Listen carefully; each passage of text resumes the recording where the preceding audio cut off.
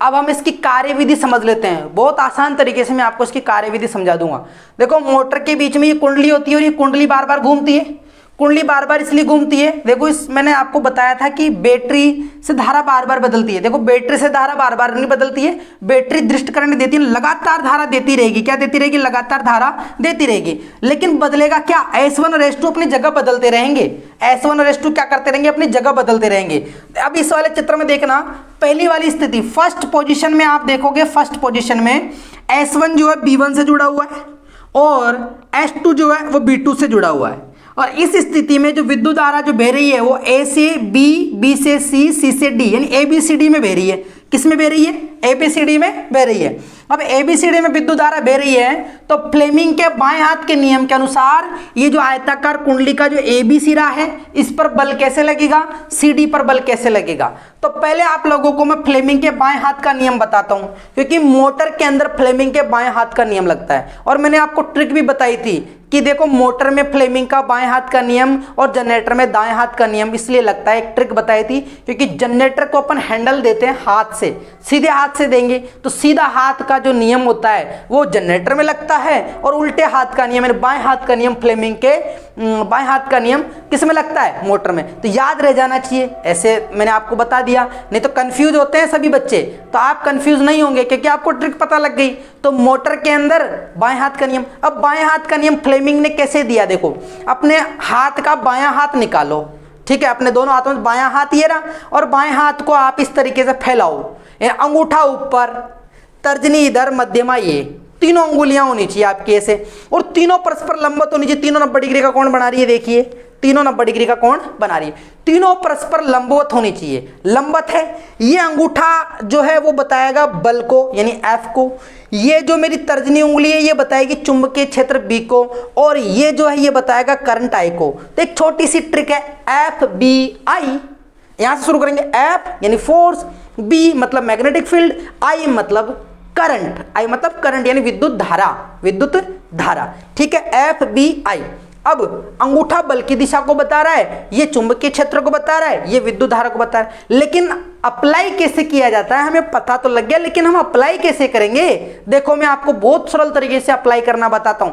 आपको किस तरीके से अप्लाई करना है? सबसे पहले आप जैसे कि किसी को उंगली दिखाते हो तो ये वाली उंगली दिखाते हो ना, तो आपको ये वाली उंगली दिखानी है। इसमें देखो N और S ध्रुव, N इधर है और S इधर है, तो चुंबकीय बल रेखाएं यानी चुंबकीय क्षेत्र की दिशा किधर होगी? इस तरफ होगी। किस तरफ होगी? इस तरफ। तो आप इस उंगली को किधर कर दोगे? इस तरफ कर दोगे। कर दिया। करने के बाद में आप देखोगे ये तीर का निशान किधर जा रहा है? ऊपर की तरफ। विद्युत धारा के लिए कौन सी उंगली बताई थी? ये वाली। इस उंगली को घुमाओ, ऊपर ले जाओ, ले गए। अंगूठा किधर गया?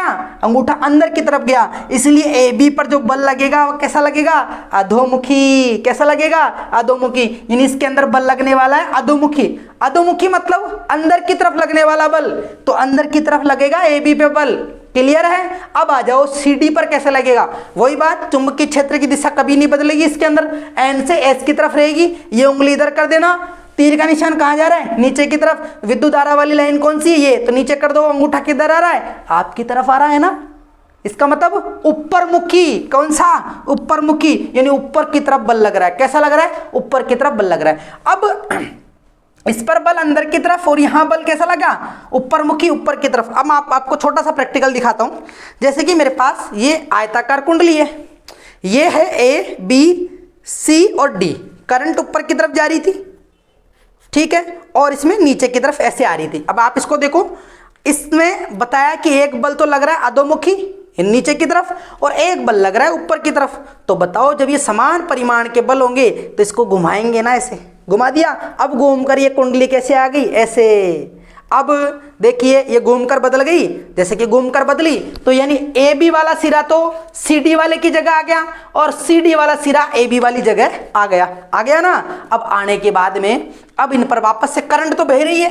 करंट तो क्योंकि अपन ने बैटरी जोड़ रखी है तो वो तो विद्युत धारा लगातार देगी। अब क्या हुआ? जब ये घूम गया, बल लग गया, बल लगने से ये घूम गई कुंडली। क्या हो गई? घूम गई। अरे घूम गई तो अब इसका जो तार निकला हुआ था, जो S1 से जुड़ा हुआ था, वो ब्रुश B2 से जुड़ जाएगा, और जो तार इधर से निकला हुआ था H2 के साथ जुड़ा हुआ था वो ब्रुश B1 के साथ जुड़ जाएगा।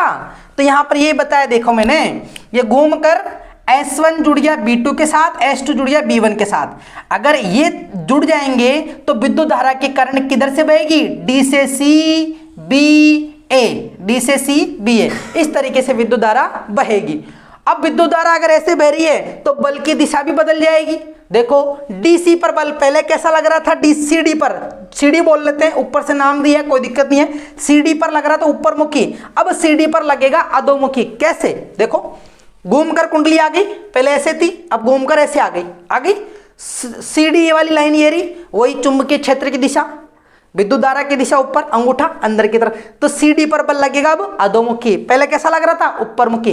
अब AB पर कैसे लगेगा, AB पर वही करंट की डायरेक्शन नीचे की तरफ, वही आप क्या करोगे, चुंबकीय क्षेत्र की दिशा, उंगली नीचे अंगूठा आपकी तरफ, तो ये हो जाएगा ऊपर मुखी। तो AB पर बल लगेगा ऊपर मुखी और CD पर बल लगेगा अधोमुखी। जस्ट रिवर्स हो गया ना, देखिए रिवर्स हो गया, AB पर पहले तो अधोमुखी लग रहा था फिर ऊपरमुखी, और यहां पर जस्ट, इसीलिए ये एक उत्क्रमित कर देता है विद्युत धारा, किसको उत्क्रमित कर देता है, दिशा को क्या कर देता है, उत्क्रमित कर देता है। तो ये उत्क्रमित है, क्या ये उत्क्रमित है। इस तरीके से हमने देखा, तो ये ऊपर बल लगना नीचे बल लगना, अगर समान परिमाण का बल लगता है और विपरीत दिशा में लगता है, जैसे एक ऊपर लग रहा है और एक नीचे लग रहा है, तो ये टॉर्क उत्पन्न करते हैं, बलाघूर्ण उत्पन्न करते हैं, जिसकी वजह से घूमता है, जिसकी वजह से क्या करता है, ये आयताकार कुंडली घूमती है। और जितनी तेज घूमती है वो विद्युत ऊर्जा लेके घूमती है, और विद्युत ऊर्जा कैसे में बदल देती है, उसको यांत्रिक ऊर्जा में बदल देती है। तो मैं आशा करता हूं कि आपको ये बहुत अच्छे तरीके से समझ में आ गया होगा।